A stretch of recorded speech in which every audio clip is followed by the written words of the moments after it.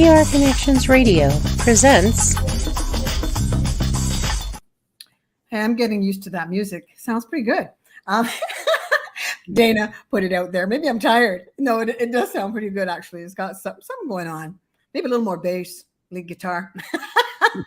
Anyway, we've got a good show for you. It's going to be great. Voices of humanity, we need to hear your voices. We need to hear your voices.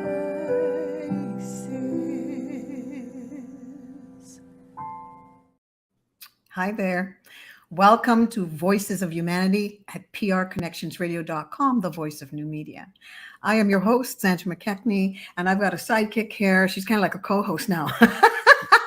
we need to have a guest on so we could co-host them. This is Lori Simunovic. Am I saying that right? I get my tongue tied with that, Lori. Sorry, still. Always say it right. We've got another great show for you, and I believe this one is titled The Notion of Meritocracy, and it has everything to do with Lori's work. We are sympathetic in a lot of what she does. In other ways, we differ, which is fantastic. And this particular, and I think you're working on something. It's a secret. You're working on something. I know she is. She's in the background writing something because the body of work is amazing. And amazing is an understatement. It's really what I do. It's anti-bias work, equity work. And we really on the same page in a lot of it, I think. So we have continued to get together and just have a chat. Today, it's about meritocracy, and Lori's going to give you she's going to start and give you a little, nutshell it if we can, but there's some really important stuff about meritocracy that you may want to know about. What is meritocracy and what does it look like? And we're going to get into the theory on it, the science of it even. Lori's done a lot of research. This is who she is, this is what she does. And we look forward to sharing this with you. I hope it touches your lives, moves your heart to change. Lori, put your hands together. Come on down, Lori Simunovic. Welcome, Lori, once again. It's been a little while. We take breaks too, because she's got stuff to do. I've got things to do, but we're here, and we really want to share this with you from our hearts. All right, meritocracy. Lori, what is it? What does it look like? You can start with your beautiful work if you want, or however. So, let's start with where this all started. We're on our 10th program now, and way back when. Oh, Lori, hon, could you just, for those who maybe don't know who you are, and just a little bit okay. Last time, that'd be great. I'm the president of Get Braver Incorporated, and I do diversity, equity, and inclusion work, executive coaching, threshold conversation facilitation, and content creation and curation. That's the main piece I do with both private and public organizations, or anybody, frankly, that's interested in this. I've been doing this work for many years. My entire career has been dedicated to this kind of work at many levels. And so now I'm back to consulting. Wonderful. Okay. So just to frame it a little, when we first met, you and I, you had asked about, I guess Roxanne told you about me, mentioned my name, which is a mutual friend in the United States, and she is.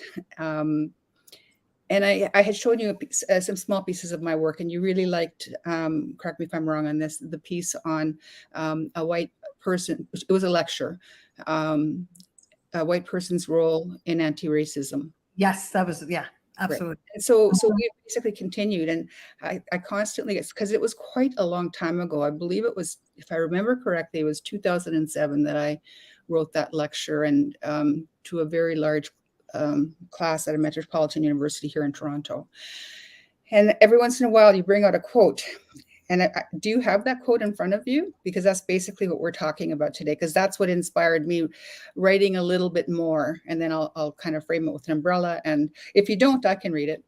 Oh, okay. Yeah. No, I don't. You mean on meritocracy? Yes. The piece that struck you. You said it struck you. Understand that the notion of meritocracy, meritocracy. Right. Understand that the notion of meritocracy within a system that promotes systemic racism is a myth. And this myth maintains the mythological notion that there is no such thing as racism. Was that the one? Yes. So before I get into it, because I mean, that's one quote of approximately a 20-page Yes. Lecture that I spoke from extemporaneously. And so you chose pieces that also, it happened to be bolded because it had a charge for me too. So before I get into it, what was your charge, if I'm using the right terminology, or what was your reason that it struck you? Because you wanted that meritocracy piece to be discussed today. Yeah. One of the biggest things is when I do my trainings, learnings, double consciousness, which is 2 streams of thought, 2 social identities, has everything to do, just so the audience knows, with the people that came across transatlantic slave trade, that were in apartheid, colonization, imperialism, how they show up and why they show up, how they show up in the 21st century. And we had a mutual a woman out here that also does this work, Peggy McIntosh, that we were just both interested in, and you had put something together on that. And it just came around at this time that it's become so important to me. And there's the myths that you talked about are really what really got me going as well. Okay. I think you put like 15 of them together or something. We're going to go and try and do them all today. It's already 7 after, so we're going to try. And we get carried away. But the notion of meritocracy, that you can just pull up yourself by your bootstraps, when a number of peoples, nations of people, groups of people, so-called marginalized, don't have boots to begin with. And if you have boots, your feet are falling out of them as you're walking because you don't have straps. So this whole thing came for me via Peggy McIntosh, and then you came with it. And I love this topic because it makes so much sense. And so that's why the notion of meritocracy and the myth, right? The fact that it is by your merit, it is by you doing your best, it's by your luck, it's by, I put something here, your talent and your effort, and that you're so fantastic, and you've had no help, and the what was that? The determinants of health and prosperity and socialism, all of that doesn't affect you, and you're okay. Anybody can do it, no matter where you start. And to some degree, maybe that's true, to some degree, but there's a whole historic and scientific component to this, and I think you are the one to get into that. Okay. Thank you. Better than I. Thank you very much. So to me, a myth can be used both positively and negatively, whether you talk about fairy tales, and it's got both the shadow and the light, whether it's a hero's journey or whether it's, overcoming, that kind of thing. And these myths are cultural ways that contribute to cultures in positive and negative ways. In the meritocracy piece, if we're talking, because we started with the lecture, if we talk within an anti-oppression, anti-racism context, it actually is a narrative. Meritocracy, as you just said, it's a belief, a narrative, or an idea that's widely accepted or perpetuated within our society. And it's really not based on objective reality, right? But that myth serves a purpose. And it maintains various forms of oppression and privilege, like racism, sexism, imperialism, and so on, which I'll get into a little bit more. Get your pen and paper, everybody. So the myth of meritocracy in the Euro-Western context refers to the widely held, it's just like you said, belief that success and social advancement are solely based on individual merit. Individual merit, individualism, rugged individualism is also another myth. There are a number of myths that support meritocracy, and I'm just going to name some of them. The myth of colorblindness, the myth of cultural superiority, and I'll get into each of these. I don't know if we'll get to them all today. As I said, individualism, shadeism / colorism, the post-racial myth, kind of saying, there's no racism anymore, right? For example, reverse racism, assimilation, the all lives matter. While that's true, but it's also fighting the Black Lives Matter, which we can get into later, and the single story narrative. So if we talk about the meritocracy myth, like you just said, it's on your own merit, and that's how it's presented.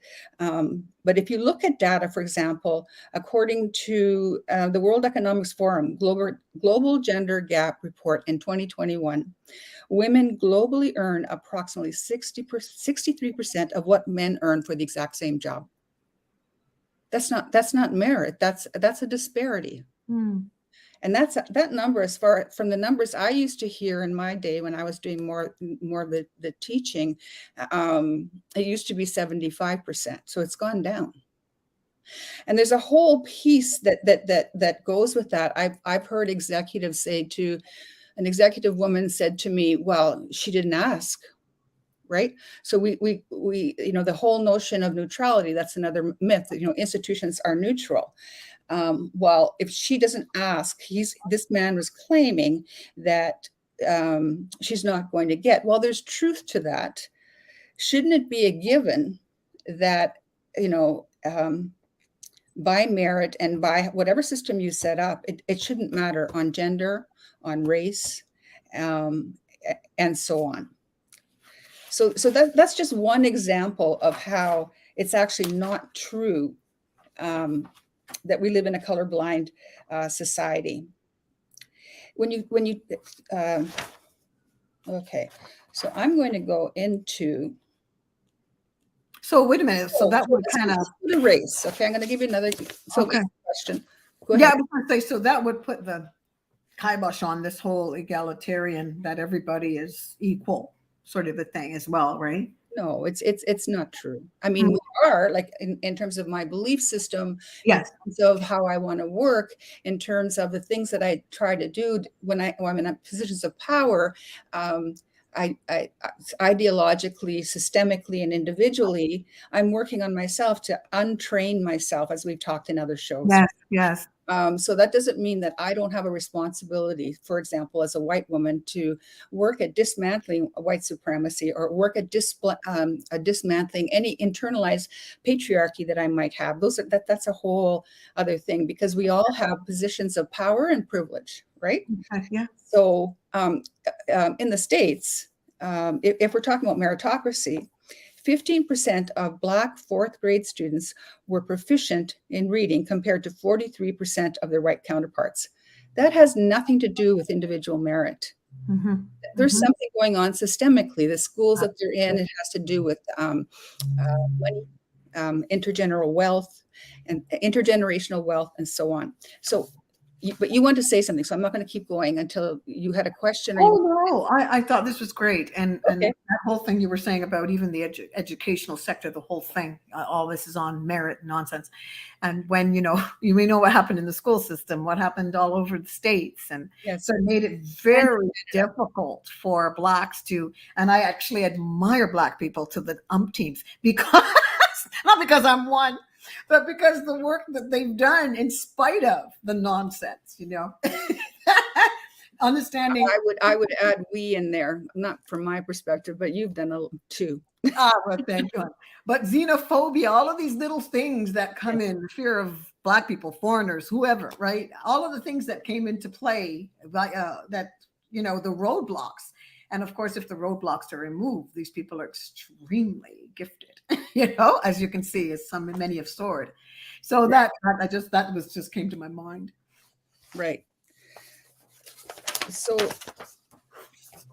I'll go back to meritocracy. I'm just going to read this out because this is just new, but I've been going in a little bit deeper. The myth of meritocracy asserts that success and social position are solely based on individual merit and effort. However, the myth overlooks the systemic barriers and biases that prevent marginalized groups from accessing equal opportunities, leading to disparities based on race, gender, and so many other locations, right? So we've just mentioned a few. When you go to color blindness, and you spoke about this in a few of the shows where people say that they don't look at color while racism is a reality. So in education, for example, if you use a colorblind approach, then what happens is the experiences of people that are racialized, as say Black, for example, what the teachers overlook, and Bell Hooks has done a lot of writing in this area. So have many authors. George Day, push out rather than drop out, right? Because so he reconstructs a dropping out of school as push out. And he has like a rigorous study in there that he wrote with 5 other people. It overlooks the existence of systemic racism and how it impacts educational outcomes.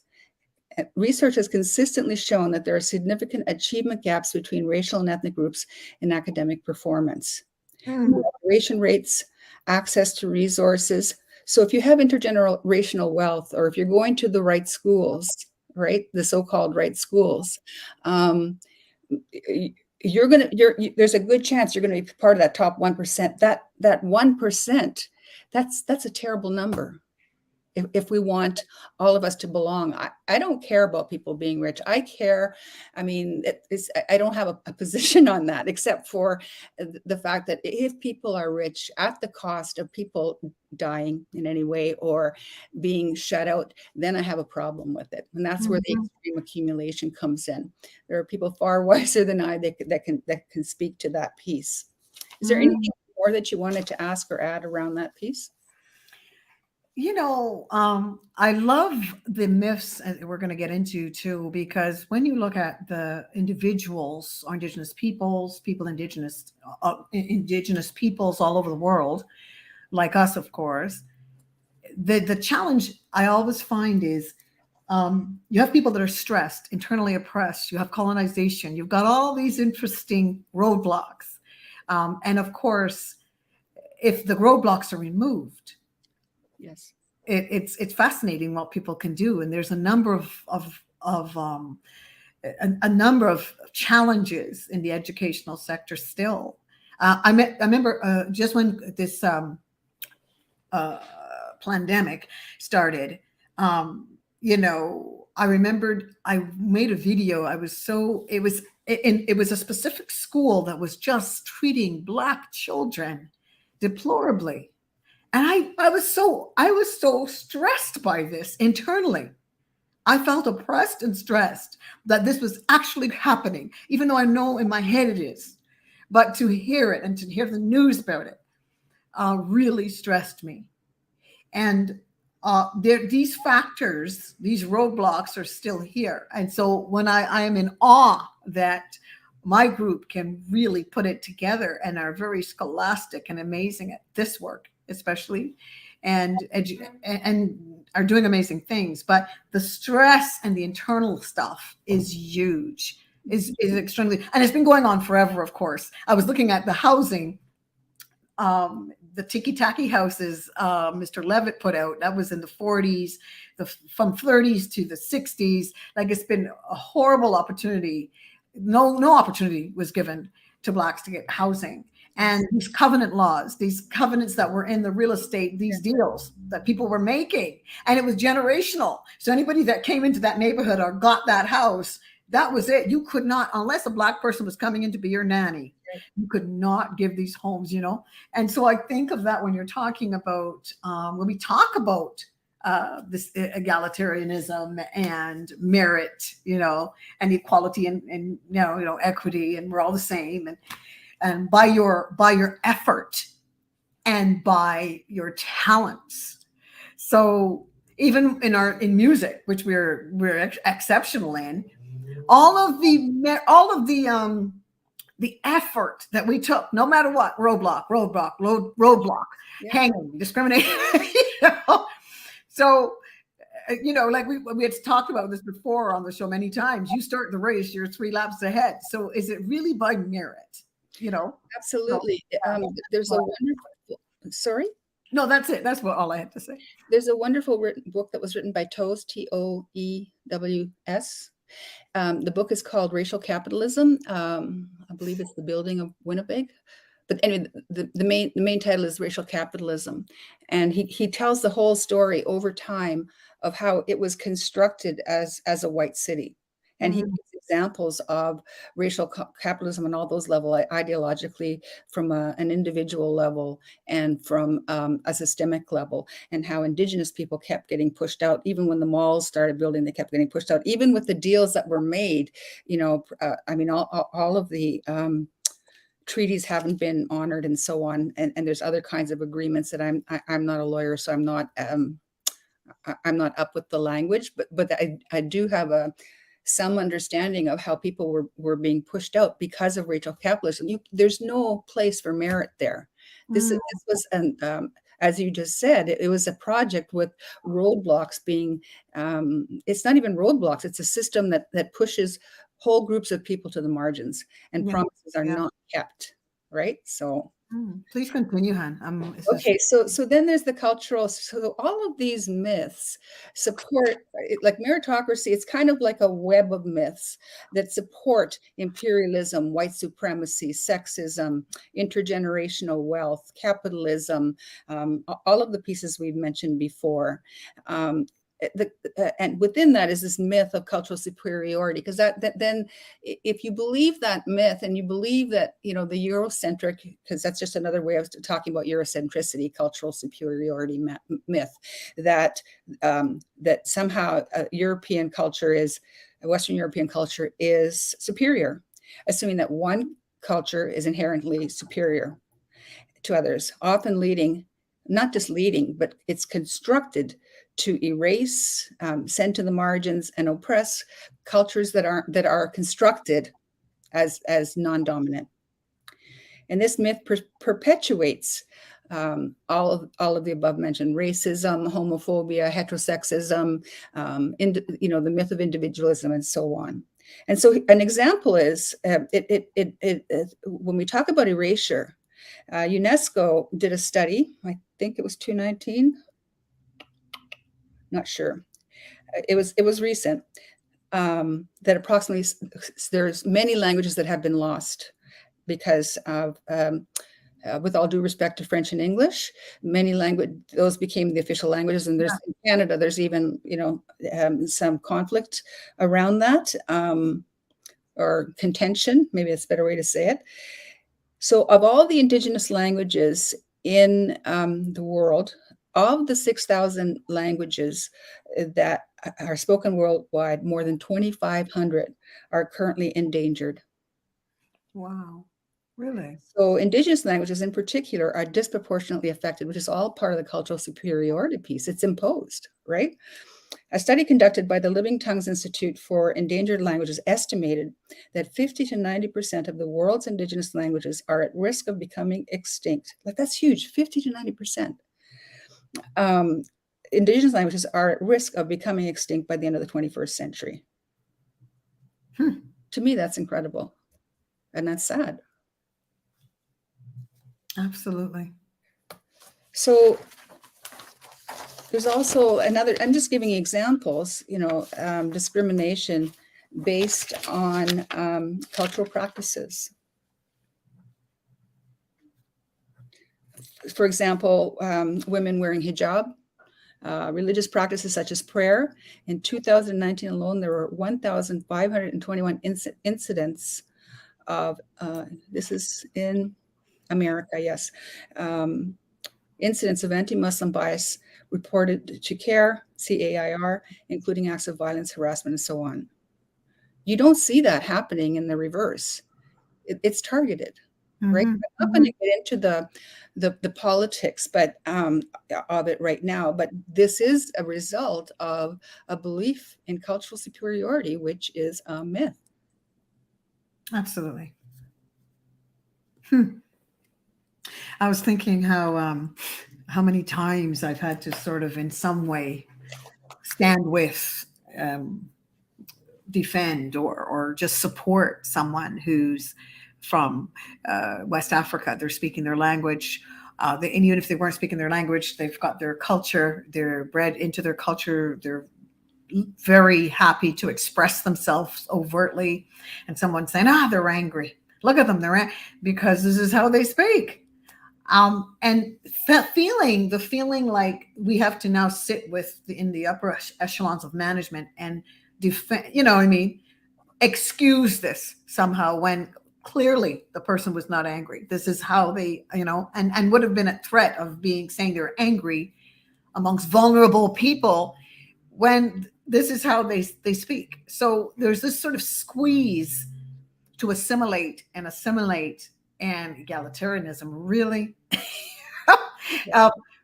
All of us becoming the same, really, is what it's about, and not having a voice. And I think I had mentioned this on the show before. I was at a gathering and had a wonderful time. And I think I had recently attended an Indigenous training, learning, and I was amazed at what I didn't know. So I was sharing it. And at this event was a woman, a precious woman, Indigenous woman. And we started to talk a little bit on the side. And I started to speak a little more, and I started to sort of open up the conversation, and she leaned over and she said, they don't want to hear our stories, like just so I could because her voice was muted. And I got that, and respectfully, of course, but it spoke volumes to me that she did not feel she could speak. She's married to a white man now. And of course, who knows? I don't know that his position, but clearly she felt like she did not have voice. And I thought, okay, because we're all pretty connected there. And it's true, which is, I think, what you're implying. It's true because, I've talked about this before. Even as a white woman, I have an idea. I'm in a boardroom and I think it's a pretty good idea. It falls flat. I'm not saying it happens every time. I've had good experiences too, because there's ways to stand up for self, to speak out. We've talked about all of that, I think, in the last one. Having said that, when you have a particularly good idea, falls flat, nobody says anything, a man in a very powerful position takes the same idea, everybody's excited. And I, as a woman in that particular context, I'm going to get gaslighted if I say, didn't I just say that? Right. So that's the kind of thing. I mean, that's a very small example compared to this example that you're giving, because I'm no way piggybacking with her experience, because her whole community, right? It's only recently that Canada is seeing it an emergency of the missing and murdered Indigenous women. That hasn't happened. And it's actually, I think, encoded in policy and law, if I'm not mistaken. I just heard about it. So, it's all for the purpose of keeping privilege. It's a tremendous amount, even in our prison system, judicial system. I was doing one of these, I was out speaking, and an Indigenous man came into the prison. He works in the prison. He was also incarcerated. So he came to me and he said, and of course, now he turned and he was giving back. He said, do you have any idea how they treat your people in there?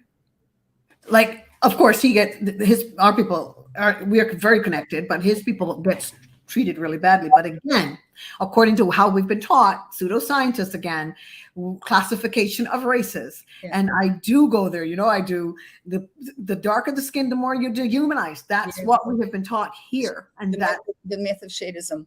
Absolutely. And no matter we logically say it is a myth, but people are expressing. But it's a lived reality. Absolutely.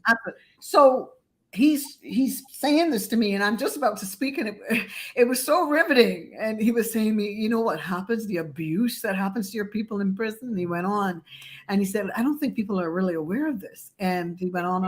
And I just, as he was speaking, I really felt very emotional, and I'm very hurt, I have to take a few minutes to pull myself together, give myself a hug, because he said, unless you're in there, you don't really know what's going on. And sorry, you were going to say something else. Yes, there's a gentleman by the name of Khalif Browder that he got out. It's a movie called, it's called, was it 13th? I think it is 13th. And it's worth watching. It's really amazing. And this gentleman, he was, whatever he got caught for, the abuse that happened to this young Black man, and it happens to droves of Black men. He actually, he hung himself when he got out because he couldn't handle it. Like, he was so abused and beaten, psychological abuse, physical abuse. And so these things, when people start to open up and make documentaries and stuff, it's like, it's very hard to mainstream this stuff so people can see it. Really difficult. So then people stay within that, it's okay. I respect everybody. But do we know the truth of what is the truth that we base that respect on? Like, what does that look like? Do you understand what really happened? Do we really know what happened? Do we want to? You're talking about severe trauma, right? Yeah. Something happens to our brain, to our being. To not want to live shows how powerful that trauma really is. And it's not what's wrong with you, it's what happened to you. And absolutely nothing's wrong with us. It's something happened to us. Yes. And I think anywhere I go is, and I don't really, honestly, Laura, I don't do this show because most times I'm tired, I'm working, I want to do it, but I'm compelled to do it, which is greater than the want to do it. So I feel like, okay, whenever I can get out here, whoever stumbles on this, if it's one or two people, Lori, that, it's not your fault. But we can do something about it. And we talk about this all the time, the knowledge, bringing those myths right today in the next show. And if we don't make it, then we do it when we get together again in the next show, those myths and talking about it and letting people understand, it's nothing wrong with you. You're this way because of this. And we're getting more people, clinicians and people going into, that are therapists that are really able to sit and speak with their own people. And this is a wonderful place to land. If I don't, and I'm not an advocate for Black people going to white therapists. However, I'm not saying that they can't take you to a certain place, but holistically and fundamentally, I don't know if that's the thing to be doing. But that's up to you individuals. Do what you need to do. I told you it I've said this already in more than one podcast with you.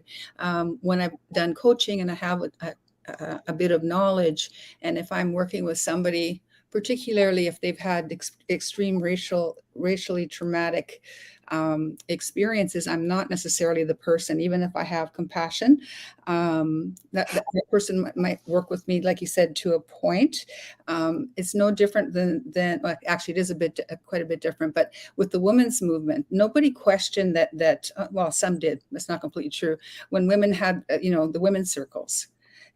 Because women wanted to heal together. I don't think it's any different when people are experiencing severe racism, for example, or severe gaps, and people want to have affinity groups to be able to work through this stuff.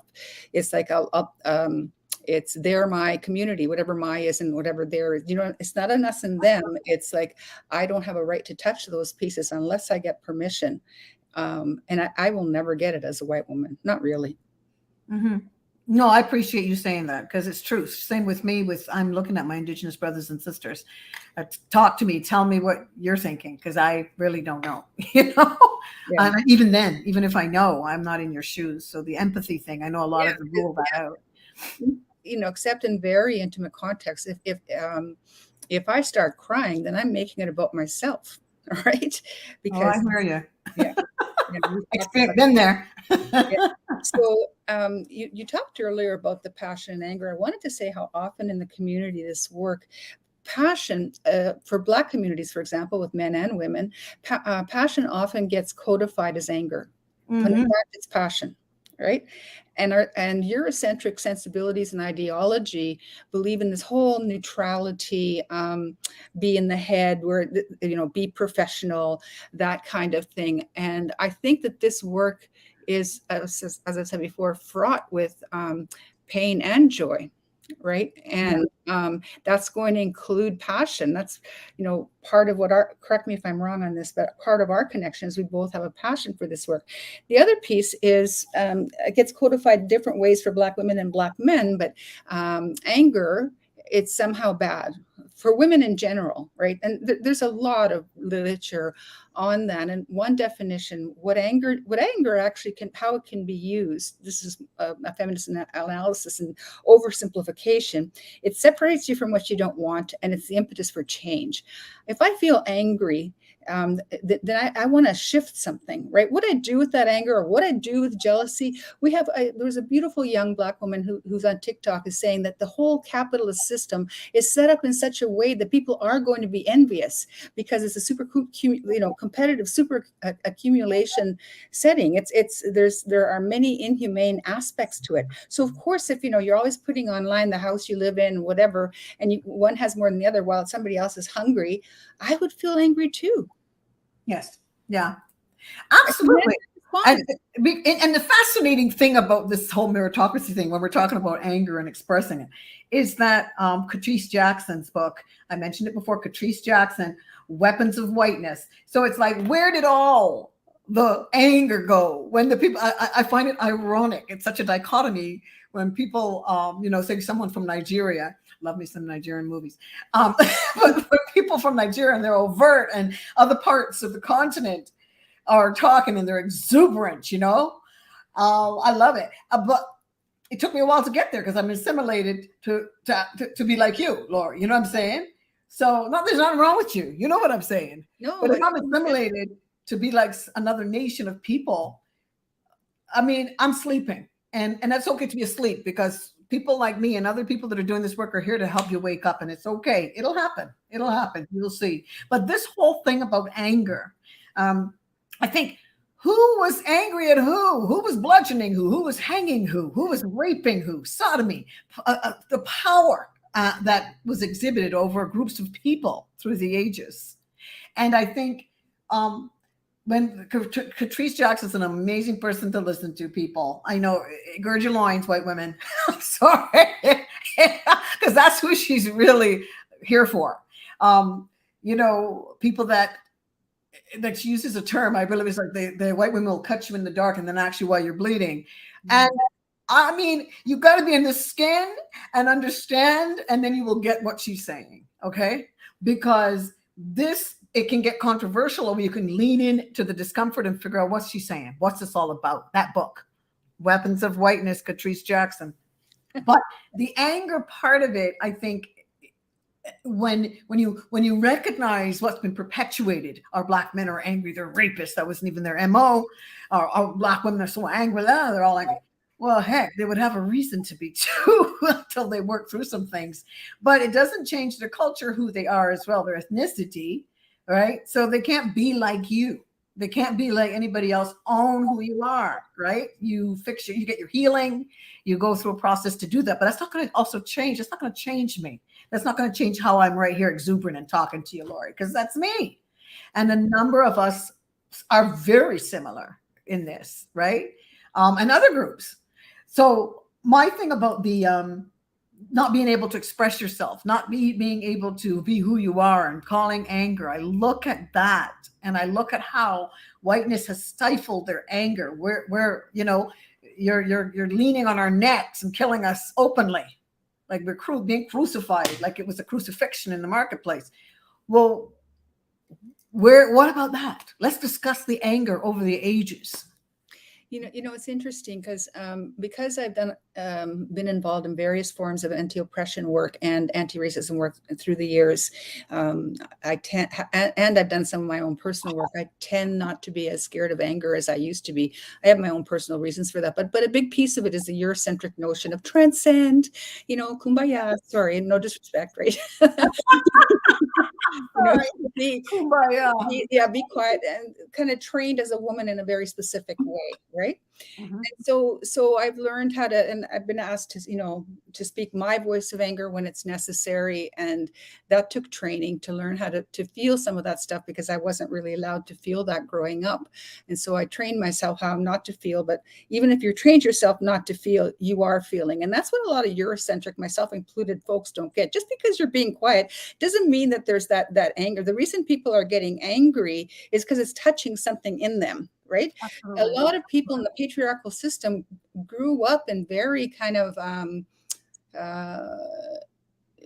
I'm trying to think of the term, like where you hit kids. There's a corporal punishment, right? Mm-hmm. Or there to be seen and not heard.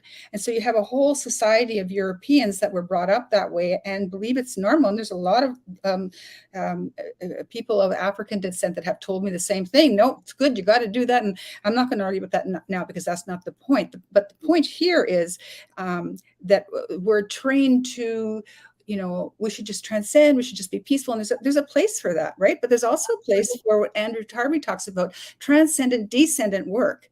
That emotion. Yeah. Those emotions are our emotions are there for a reason. This is a very emotional process. And because I'm slowly getting in touch with my own stuff, in this context, I'm not as scared. But where I see it, I remember when I was in Nigeria and even in Croatia, I was in two situations where a cousin who I love dearly was just screaming at somebody on the phone about something. She's a very passionate person. I'm just like, oh. And in Nigeria, there was a conversation that people were having. Like you said, it was just passion. And I caught myself in my own training and internalized like, oh, this isn't very peaceful, right? This is scary. But then I realized in both conversations, there something good came out of both situations.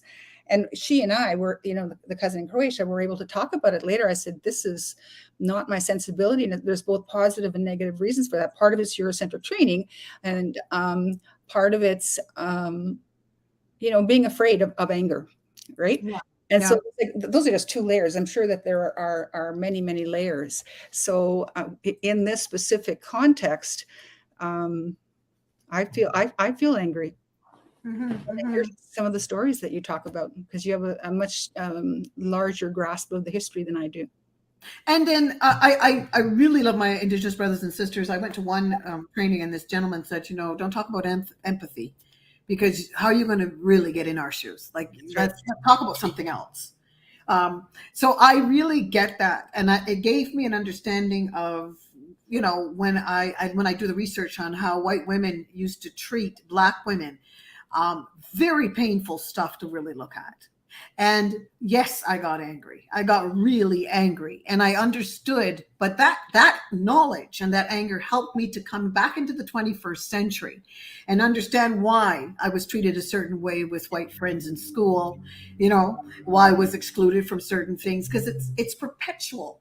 And it goes through the time warp, 21st century, 2019, 18, 17, all of the stuff and beyond that comes with us into the 21st century. It's real. It's like that Alien movie again with Sigourney Weaver. with the little girl she tried to save from the monster, put her in a capsule. She was safe. She loved that child. Closed the capsule, got back to Earth, and she opened the thing, and the child was there. It was within. It's in them. It's in us. And I'm trying to fight the way I actually look at white people sometimes. I really do. I have to self-talk and go, come on, girl. You break bread with some white people you love. But even with them that I've known for many years, I know too much. And so you've experienced it on your own skin, on your own soul. So, and you've very deeply and bravely, I don't know if that would be your word, spoken to some very difficult experiences.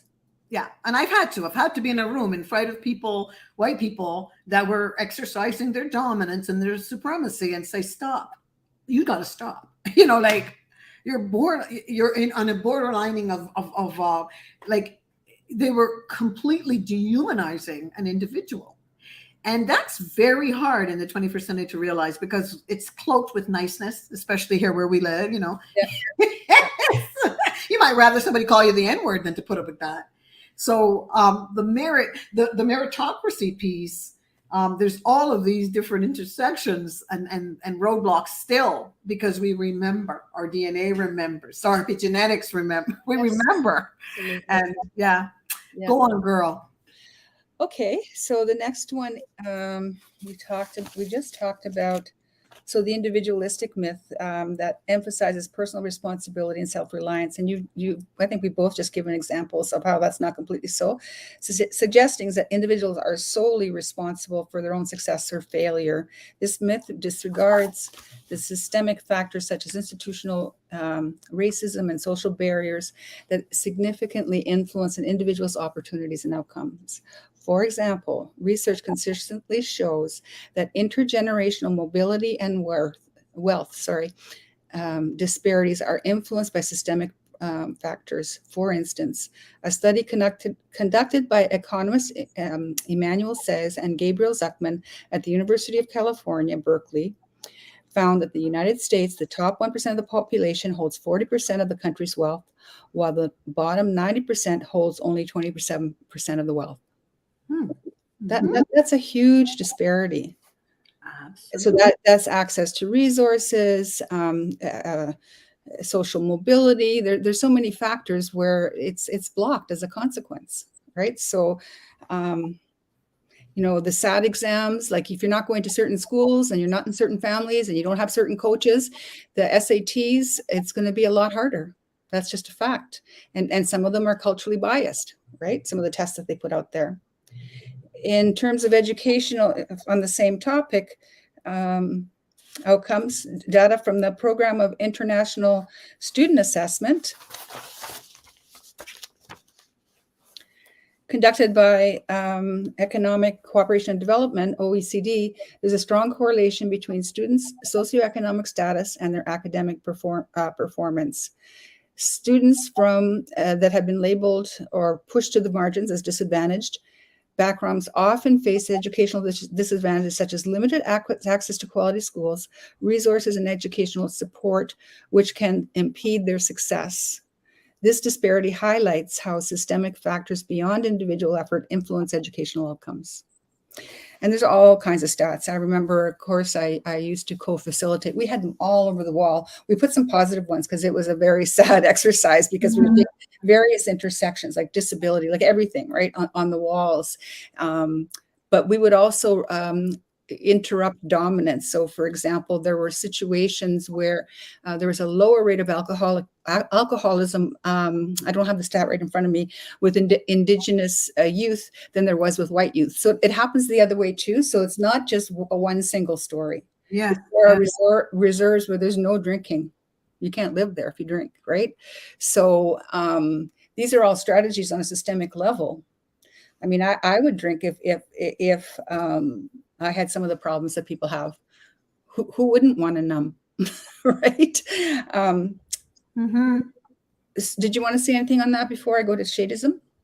No, go to shadism. Okay. This myth perpetuates the belief, which you just talked about earlier, that lighter skin tones are more desirable and superior to darker skin tones within racial or ethnic groups. You've talked about before how women use mercury to lighten their skin, even if they get mercury poisoning. This myth reinforces beauty standards rooted in racism and discrimination, resulting in internalized racism and prejudice within communities. And in terms of beauty standards and media representation, a study published in the Journal of JAMA Dermatology, it's interesting that it was dermatology, analyzed the representation of skin color in popular fashion and beauty magazines. The study found that over 70% of the featured models had lighter skin tones, reinforcing the notion that lighter skin is more desirable and perpetuating the colorism myth. So imagine a young woman that's growing up, I'm not saying all, right? And that's all she sees. She doesn't see herself represented there. It's in Hollywood, Bollywood, Nollywood. Yeah, and how beauty is kind of put as this is what you need to get married or to, like, this is the single story, right? Definitely. To get in anything, like in terms of, like if you back, what was that show we watched back in the day? Well, even Star Trek. we had one sister on there, and Lieutenant Uhura. And one day I was doing I was speaking, sharing, and we just looked at her and we went, oh my gosh, if your hair was not straightened with that stuff that would actually give you brain cancer, liar and potato, That's such a good You're a point. goner, you can't have no nappy hair to go on those shows. Yeah. So that alone, right? Yeah. Oh my Then goodness. you have people like Bell Hooks, who wrote a children's book called Nappy Hair and how beautiful it is, because it starts from the time they're little. Yeah. Right? Yeah, I've heard. I mean, that's a whole other thing that I won't speak to, but in the workplace, the expectations, it's changing a bit, but oh dear. So employment and economic disparities again, and shadism. The University of Georgia analyzed data from the U.S. National Longitudinal Survey of Youth and found that individuals with lighter skin tones are more likely to have higher levels of education. That one blew me away. I kind of knew, but seeing it. I know, you know, but then when you hear it and you realize it's true, it's a different thing altogether. Occupational prestige and income compared to those with darker skin tones. The study revealed that even when controlling for other factors such as education and experience, so it's like same education, same experience, individuals with lighter skin tones had better employment outcomes. Definitely. Yeah. Definitely. Yeah. And that's why passing, there's a movie actually called Passing, was a big thing. Like if you could pass for a white woman and your daddy was black or your granddaddy, it's incredible how important. And people might say, who would do that? That's a horrible thing to do. Well, I probably would have done it myself if I was light enough, because who wanted to be black? Remember, I mean, there's that folks thing I said last time too. Black, get back, brown, stick around. White, you're right. White is right, brown, stick around, black, get back. That was actually a little folk song, because that's how it was. Yeah. So that merit, in terms of that, wouldn't you say that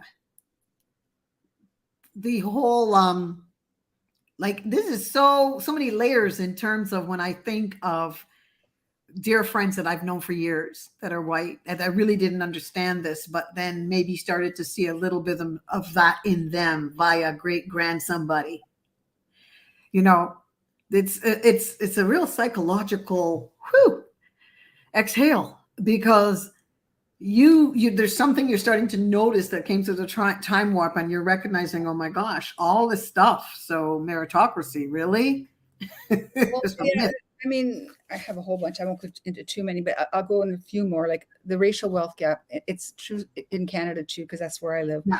But this one is for the States. In 2019, the median net worth of white households was $188,200, while for Black households it was $24,100, and for Hispanic households it was $36,100. Mm-hmm. What a disparity! Yeah, it got really big for a while. It's kind of done this a little bit, but not much. But this is 2019. Yeah, I hear you. 4 years ago. Really, really, really hear you. Where do you want to go from here? Because I'm going to let you not start again, because we've got lots more. So I'm going to go to our closing commercial, just so that we do not, because I want to start fresh and not interrupt you on this. Okay. You guys are great. We're just going to get a little commercial and we'll be right back. Thank you, Dane. So you have not subscribed. So don't just comment or say it to me or send me an email. Subscribe to the channel. Here's what I do. I offer cultural sensitivity and awareness learnings called Double Consciousness. Oh, those are amazing trainings. They are challenging, but they're amazing. And the feedback is great from these. It looks at people that came across the sub-Saharan trade, transatlantic slave trade, apartheid, colonization, in relationship. This is in relationship to all people. This concerns everybody. We all have these biases and things that were instilled from generation to generation, and we just think, oh, that's just how I am. Well, it's also how somebody else was and has been passed to you. It is not your fault or mine, but together we can do something about it. So those are the trainings, learnings, and out of that came my video podcast, Voices of Humanity, at prconnectionsradio.com, the voice of new media. Very proud of this little video podcast. The guests are fantastic. People come on with their genuine selves, just really looking at who they are, what they are in relationship to their biases. People tapping into their conscious unawareness, becoming aware first that they're unaware. We know I have a Korean brother that came on, my indigenous sister that gave us some real understanding of how her people, what lens they look through, and what is hurtful, what is offensive, just so that we can be aware of each other in the 21st century and treat each other well. So if you are in the upper echelons of management and maybe you get complaints and arbitration, you would like things to change, look at my trainings, look at the video podcast, Voices of Humanity. And the third offering that I have is my coaching. I'm a certified life coach endorsed by the International Coaching Federation, and I coach in the same area, double consciousness, anti-bias coaching, equity. I'm looking at all of these things in coaching, and what are your needs as I partner with you, especially if you're management and you really need that opportunity to tap into your conscious unawareness. And you'll be amazed how wonderful this can be and how it can change things for you. And the coaching, the other area I coach in is also women that have had extreme challenges in their lives, and want to leverage all of that into living their best life. And I would really love to hear from you. Subscribe, share, like. I appreciate you. Remember, it's not your fault or mine, but together we can do something about it. Take care of yourselves. Bye for now. All right. Thank you, Lori, once again.